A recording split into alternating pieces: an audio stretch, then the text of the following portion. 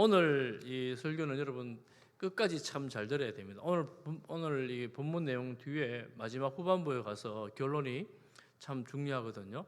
후반부의 내용이 중요하니까 앞의 내용은 제가 본문을 말하지만 뒤에 부분을 우리가 어떻게 적용할까에 대해서 말씀하는데, 앞에 부분만 듣고 뒤에 부분을 잘 듣지 않으면 오늘 설교를 잘 못 듣는 거가 됩니다. 오해하는 거가 되기 때문에 여러분 잘 들으시기를 바랍니다.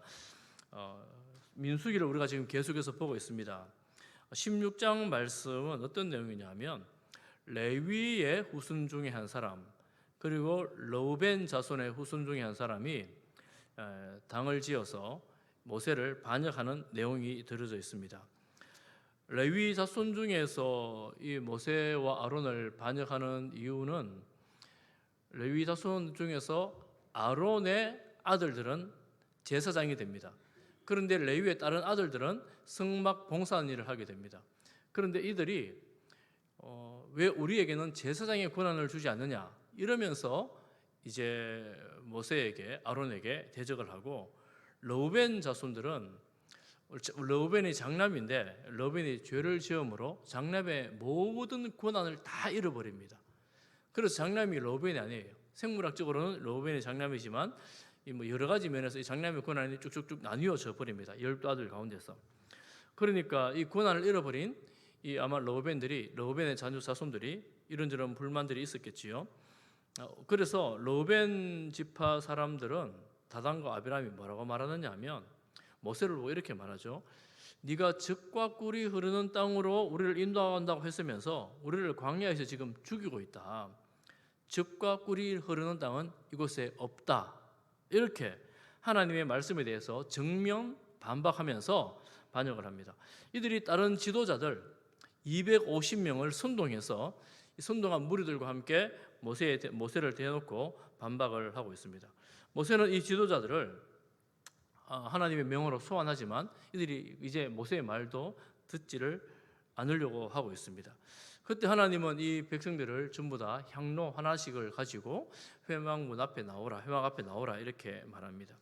그때 모세와 아론과 그를 따르는 장로들, 아마 앞에 말했던 성령을 받았던 70인의 장로들 같은데 그들과 함께 다 모였습니다. 그리고 반역하는 이들에게 하나님께서 엄중한 명령을 하시면서 심판을 하십니다. 먼저 심판받은 이가 누구냐면 31절 이하에 보면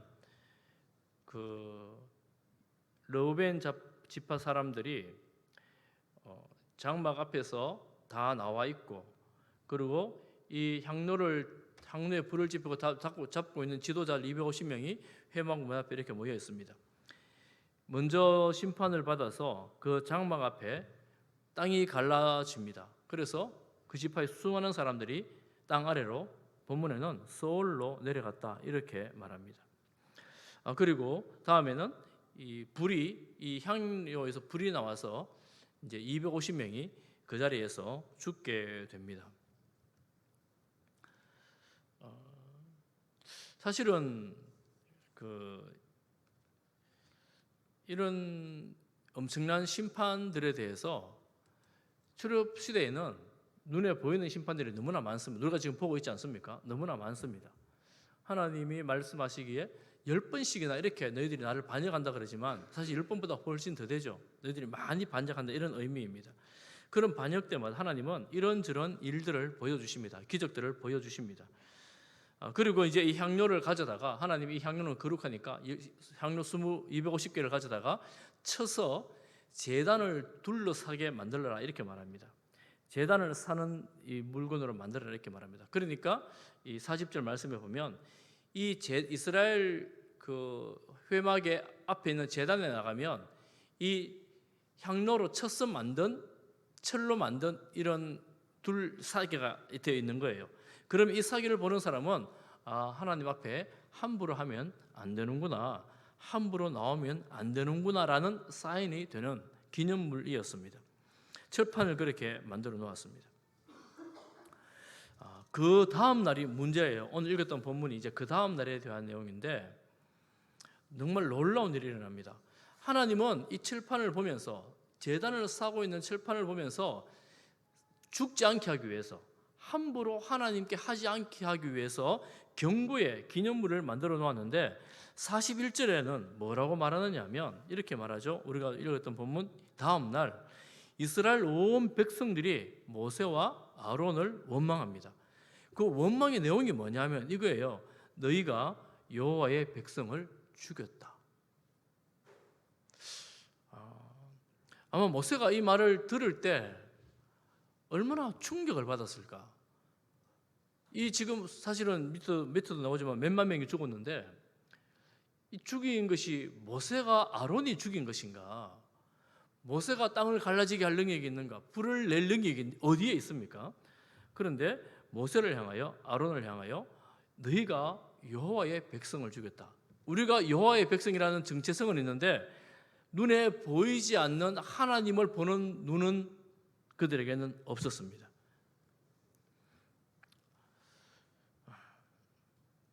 이렇게 백성들이 모세와 아론을 원망하며 나올 때에 회중들이 모세를 향하여 치려고 할 때에 회막 앞에서 하나님의 영광이 나타납니다. 구름이 회막 앞을 덮습니다. 그리고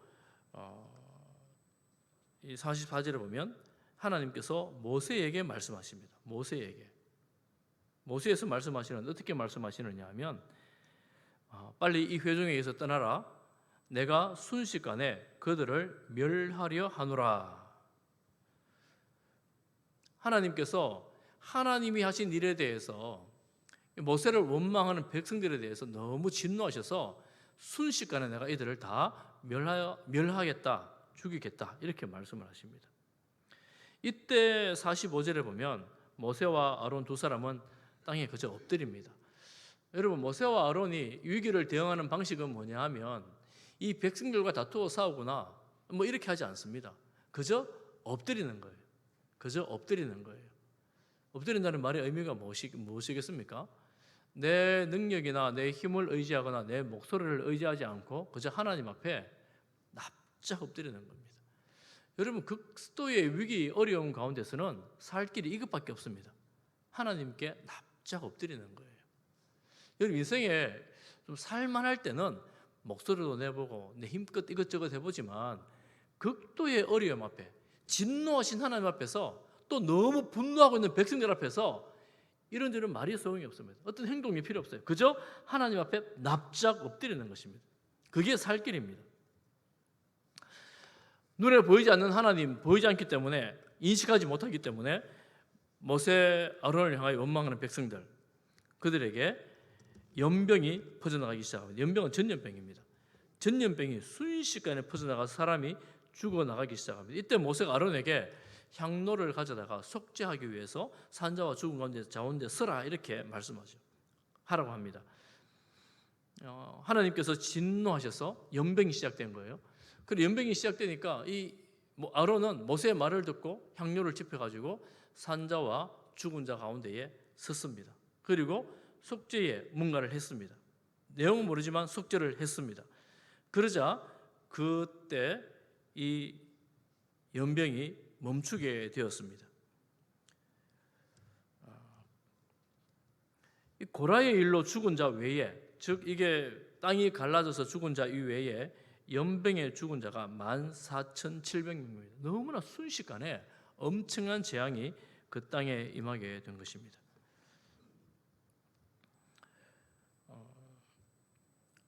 지금 우리가 이 출애굽기를 쭉 봐오면서 이 백성들이 계속해서 하나님을 원망하거나 혹은 모세를 원망하거나 혹은 아론을 원망하는 일들이 계속해서 나오고 있죠. 계속해서 나오고 있습니다. 이 앞전에 11장에 보면 모세는 이 원망하는 백성들 사이에서 도저히 감당할 만한 힘이 없다고 하나님께 자신을 죽여달라고 합니다. 11장 14절에 보면 이렇게 모세가 하나님께 간구합니다. 책임이 심히 중하여 나 혼자는 이 모든 백성을 감당할 수 없나이다. 11장 15절에 보면 주께서 내같이 이같이 행하신데 구하옵나니 내게 은혜를 베푸사 즉시 나를 죽여 내가 고난당함을 내가 보지 않게 하옵소서. 내가 이제 죽어도 족합니다. 죽여주십시오. 내가 이 백성들 때문에 죽겠습니다. 이때 무슨 일이 있었는가 하면 백성들이 이 고기를 달라고 음식물 때문에 계속해서 요구할 때 하나님, 내가 무슨 수로 이들에게 고기를 줍니까? 말도 안 됩니다. 내가 죽겠습니다. 나를 죽여주십시오. 이렇게 말하는 거예요. 이렇게 말할 때 하나님께서 16절을 보면, 민수기 11장 16절을 보면 너 혼자 이 일을 감당하지 않고 이 사역을 돕는 자들을 너에게 붙여주겠다, 이렇게 말씀하시는데 16절을 보면 이렇게 말합니다. 내가 알기로 백성의 장로의 지도자가 될 만한 자 70명을 모아 내게 데리고 와 회막에 이르러 거기서 너와 함께 서게 하라. 11장 17절에 보면 내가 강림하여 거기서 너와 말하고 내게 임한 영을 그들에게도 임하게 하리니 그들이 너와 함께 백성의 짐을 담당하고 너 혼자 담당하지 아니하리라. 백성들이 원망과 불평 가운데 있을 때에 혼자 감당하기 힘들다고 하니까 하나님이 70명의 지도자들을 붙여주십니다. 그래서 그 지도자를 통하여 이 짐을 나누어지게 하셨다고 말씀합니다. 실제로 11장 25절에 보면 여호와께서 구름 가운데 강림하셨고 모세에게 말씀하셨고 70인에게 모세에게 부었던 하나님의 영을 70명에게 이렇게 다 임하게 하셨습니다. 그러니 이제는 모세가 홀로 사역을 하는 것이 아니라 이 성령을 받은 하나님의 영을 받은 70명과 함께 사역할 수 있도록 그런 조직이 구성이 된 겁니다. 그러니까 모세에게 조력자들이 생긴 거예요. 물론 우리가 이 사건 알지요. 메추라기가 내려가지고 이 사람들이 고기를 먹는데 하나님의 재앙이 임해서 성경에 보면 고기가 이 속에 있을 때 먹을 때 다 수많은 사람이 죽어 나갔습니다.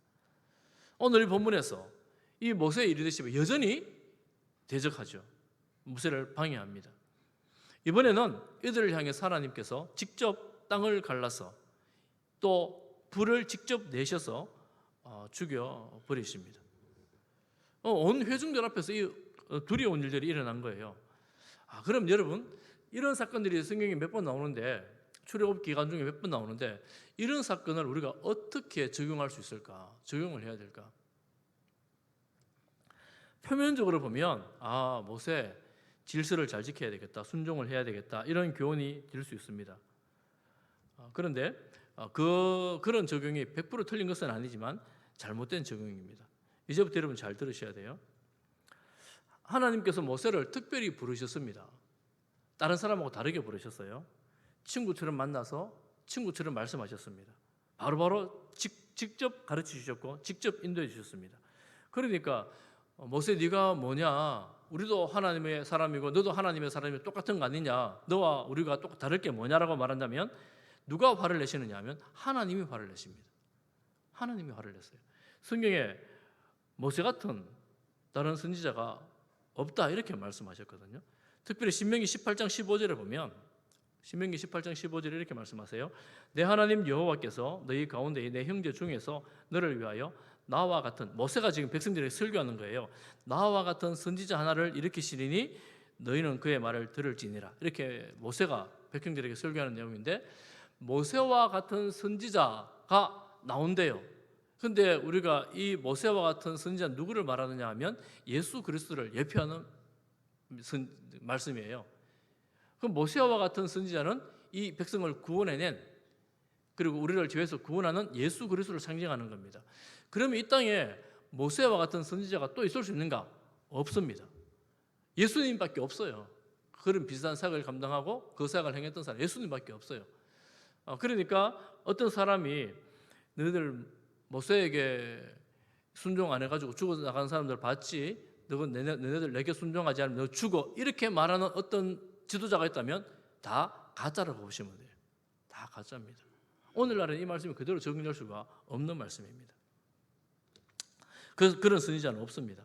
그러면 이 본문들은 어떻게 우리 삶에 적용할 수 있을까? 우리가 이제 신약의 시대, 예수님 시대 이후 신약 시대를 살아가는 성도들이 됐죠. 진짜 문제가 뭐냐 하면, 진짜 중요한 것은 뭐냐 하면, 제가 오늘 이 말씀을 꼭 드리고 싶었는데 예수님께서 오셔서 십자가 죽으시고 부활하시고 승천하셨습니다. 승천하시고 난 다음에는 성령님이 우리 가운데 오셨습니다. 성령님이 우리 가운데 오셔서 어떤 일을 하시느냐 하면 가장 중요한 일이 예수님을 믿게 하는 거예요.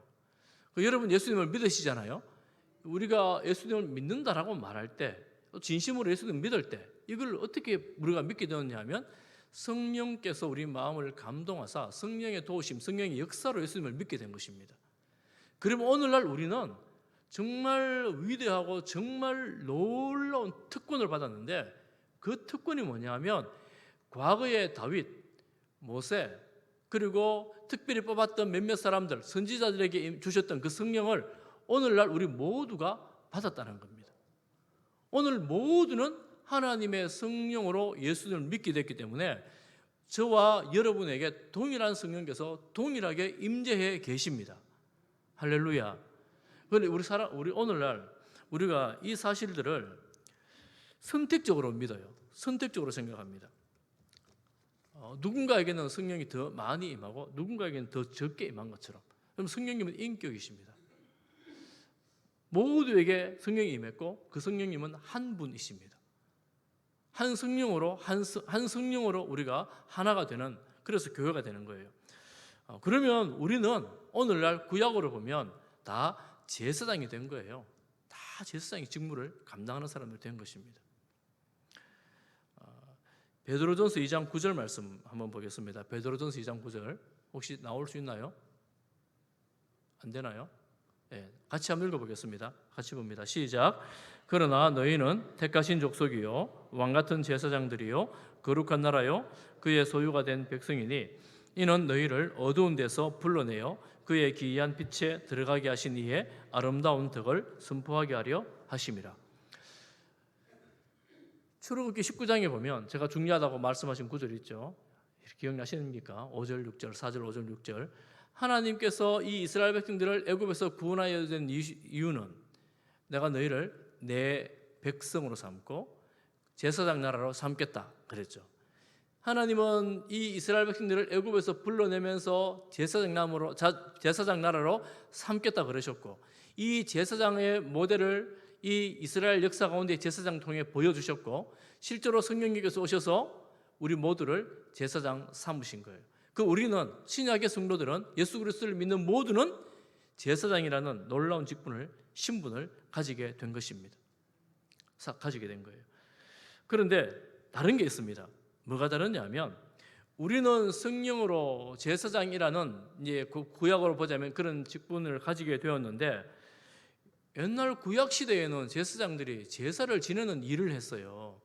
그러면 신약 시대 사람들은 내가 제사장이 되면 어떤 일을 해야 되는가? 이게 우리에게 질문이 되죠. 우리는 어쨌거나 제사장의 직무를 감당해야 됩니다. 그 전에 한 번 더 확인하고 가겠습니다. 여러분들은 예수님을 믿으십니까? 스스로에게 크게 대답하십시오. 여러분 예수님을 믿으십니까? 여러분들이 진실의 마음으로 예수님을 믿으신다면 그 믿음은 성령께서 주신 것입니다. 그렇다면 성령께서 여러분 안에 다 내주하십니다. 다 여러분 안에 계셔요. 그러면 우리는 오늘날 이 베드로전서 2장 9절 말씀은 흩어진 교회 성도들에게 준 메시지예요.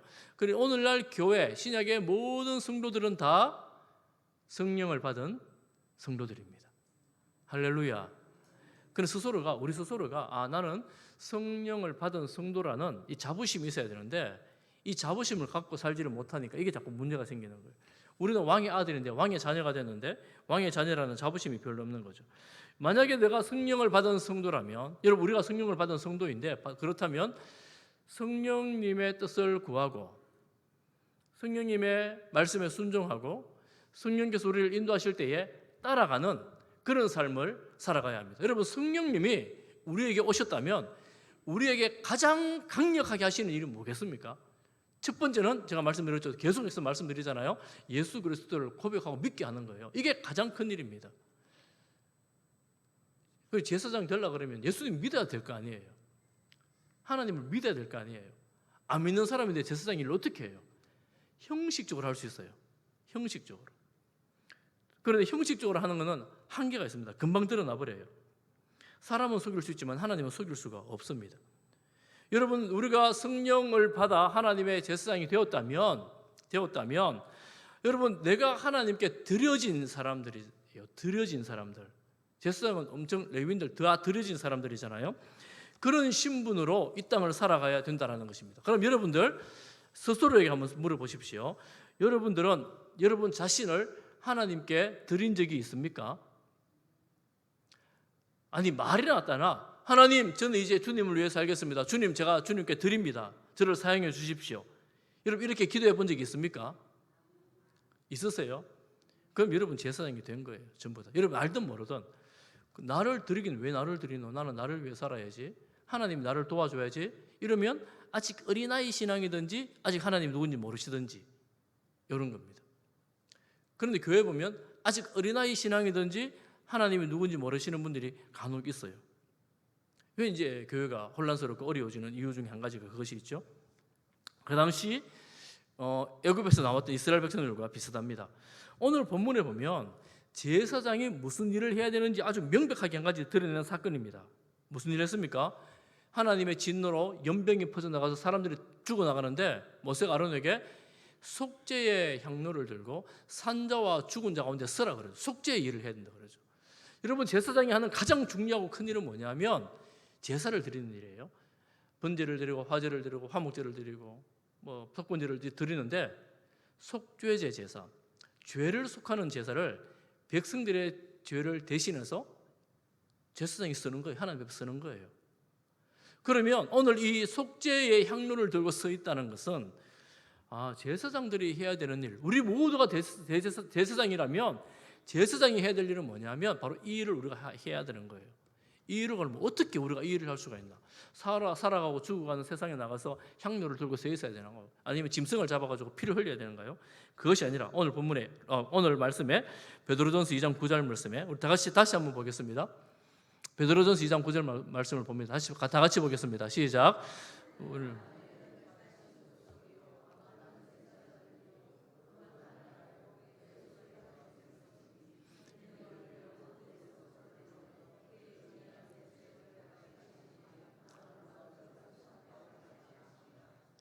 왜 불러내셨다고요? 이는 너희를 어두운 데서 불러내셨습니다. 불러내서 그의 기이한 빛에 들어가게 하신 이의 아름다운 덕을 선포하게 하려 하심이라.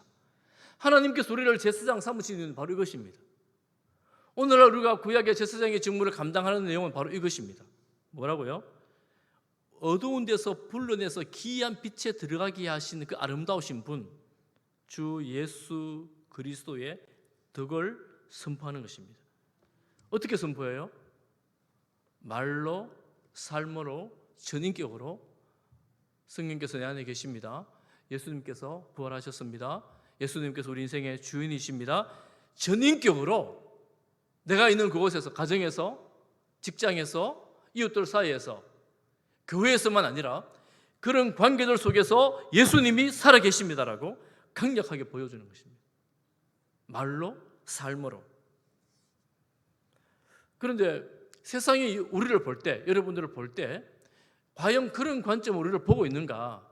여러분 스스로를 한번 보십시오. 저분을 보면 정말 예수님 향기가 나는 것 같아. 저분을 보면 함께 뭔가를 할 수 있을 것 같아. 저분 안에 예수님이 계신 것 같아. 말은 하지 않아도 인생에 고민이 있을 때, 인생에 슬픔이 있을 때, 질문이 있을 때 너는 어떻게 그런데 힘든 상황인데도 잘 이겨나가고 웃으며 살 수 있니? 라고 질문 받을 만한 그런 삶이 바로 성도의 삶이 되는 것입니다. 우리가 닮아가야 될 예수 그리스도의 모습. 예수님은 이 삶을 자신을 들여 완전하게 살아내신 분이죠. 완전하게 살아내셨어요. 아름다운 본을 보여주신 분이 바로 예수님이십니다.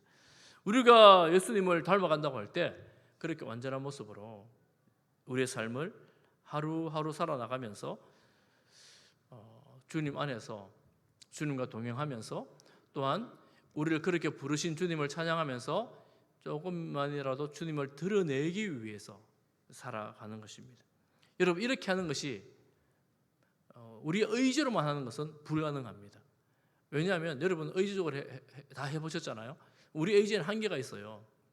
우리의 의지에는 이 한계를 뛰어넘을 만한 능력이 별로 없습니다. 의지력이 정말 강해가지고 난 이렇게 살아봐야지 해서 살아가는 사람들은 아파요. 몸을 거스르는 일이에요. 육체를 거스르는 일이에요. 어떻게 해야 될까요? 성령을 하는 것입니다. 그래서 우리가 성령의 은혜와 성령의 인도와 성령의 충만함을 입어야지 주님의 제자로 주님의 삶을 따라 살아갈 수가 있습니다. 사랑하는 성도 여러분, 우리가 성령님을 사모하면서 말씀을 묵상할 때마다, 기도할 때마다, 예배 드릴 때마다 나는 죽고 예수님 나타나게 해 주옵소서, 오늘 하루도 성령님 인도하여 주옵소서, 중요한 결정을 할 때 하나님 기뻐하시는 일은 무엇입니까? 하나님께 영광이 되기를 원합니다 라고 기도하는 거예요. 성령님의 도우심을 구하는 것입니다. 도우심을 구할 때는 전제가 순종한다는 것을 전제로 하는 거예요. 하나님이 기뻐하시는 그 일일 때인데 제가 기꺼이 순종하겠습니다 라고 고백하며 나가는 것입니다. 사랑하는 성도 여러분, 성령 충만하시기를 축복합니다. 저 역시도 마찬가지입니다. 저 역시도 성령 충만하지 않으면 이 삶을 살아낼 수가 없습니다. 그래서 여러분, 예수 믿는 사람들 중에서 믿기 어려운 이유라고 말하기는 참 힘들지만 착각하기 쉬운 이유가 있어요. 어떤 이유냐면 이제 모태신앙인 이유, 그리고 좀 약간 선천적으로, 제가 선천적으로 사람이 착하다고 믿지는 않지만 사람들이 보기에 모범생이고 착하게 살아가는 사람들, 이런 분들은 교회 다니면 신앙이 되게 좋아 보입니다. 그런데 그게 내 성격과 내 기질 때문인지 하나님 때문인지 잘 몰라요. 내가 정말 예수님 안에서 주님 때문에 말씀에 순종하는 건지, 아니면 그저 내가 늘 이렇게 살아서 이래 살아야지 그러면서 나는 하는 건지 잘 모른다는 거예요. 순종적으로 살아가는 사람, 착하게 순종적인 사람은 원래 순종적이에요. 유교를 열심히 믿어도 순종적이고, 불교를 열심히 가도 순종적이고, 예수님 안 믿어도 순종적이에요.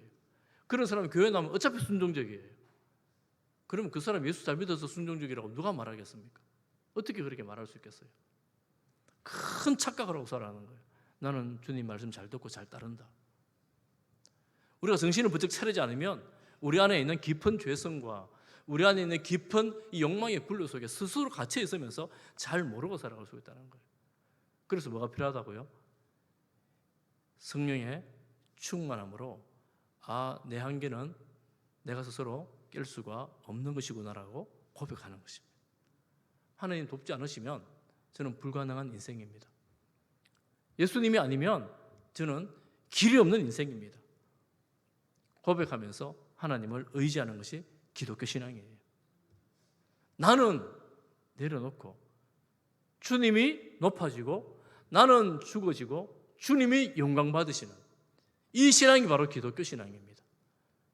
교회 다니면서도 계속해서 나만의 뭔가의 영광을 계속 추구하고 있다면 광야에서 고기를 찾던 사람들, 그래서 원망하는 사람들, 광야에서 물을 찾아 원망하는 사람들, 하나님을 찾아야 되는데 물을 찾아 원망하는 사람들과 별반 다를 바 없는 그런 삶을 지금도 살아가고 있는 거예요. 그런데 우리가 정신을 바짝 차리지 않으면 세상에서는 다 그렇게 살기 때문에 우리가 뭐 대단하다고 세상을 벗어날 수 있겠어요? 세상에 다 그렇게 살면 나도 모르는 사이 그 휩쓸려 사는 거거든요. 그러니 성령의 인도하심과 충만하심이 없으면 똑같이 살아가게 된다는 것을 꼭 깨닫고 내가 하나님의 거룩한 제사장이 되었구나라는 것을 생각하고 성령으로 충만함으로 인도하심을 받아 살아가는 우리 성도들 되시기를 주님의 이름으로 축복합니다.